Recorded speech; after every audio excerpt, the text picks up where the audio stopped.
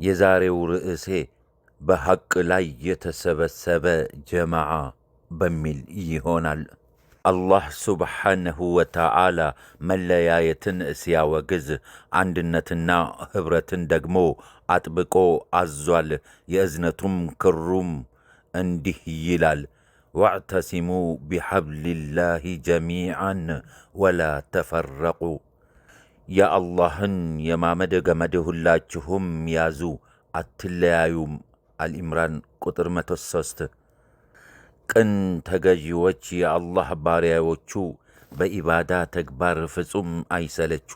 ሳያውቁ ዝም ብለው አውቀው ሲናገሩ ሌላ ሳይጨምሩ ነቢይ እንዳስተማሩ አዲስ ፍልስፍና የማይሰነዝሩ ዑለሞቻችንም አላህን የፈሩ ሁሉም በየፊናው ኢልምን ሲያስተምሩ እንድንቋደሰው ነው እንዲገኝ ከአጅሩ። ያለ ዕውቀት መናገር ባለው በስሜት ውግዝ ሐራም አርጎታል እንወቅ በእውነት። በጥርጣሬና በልብ ወለዶች መፍረድ አይገባም አሉት ገደቦች። ፈጣሪያችን አላህ ነቢን ልኮልናል፣ ረሱልን መሪያችን ሁሉን ገልጾልናል። ዘመን ቢለዋወጥ ዘመንም ቢተካ የነቢ ትውልዶች ባሁኑ ሲተካ ከጀማዓ መውጣት አምጥቶ ስያሜ የጥመት ባለቤት ያመጣል ቅያሜ።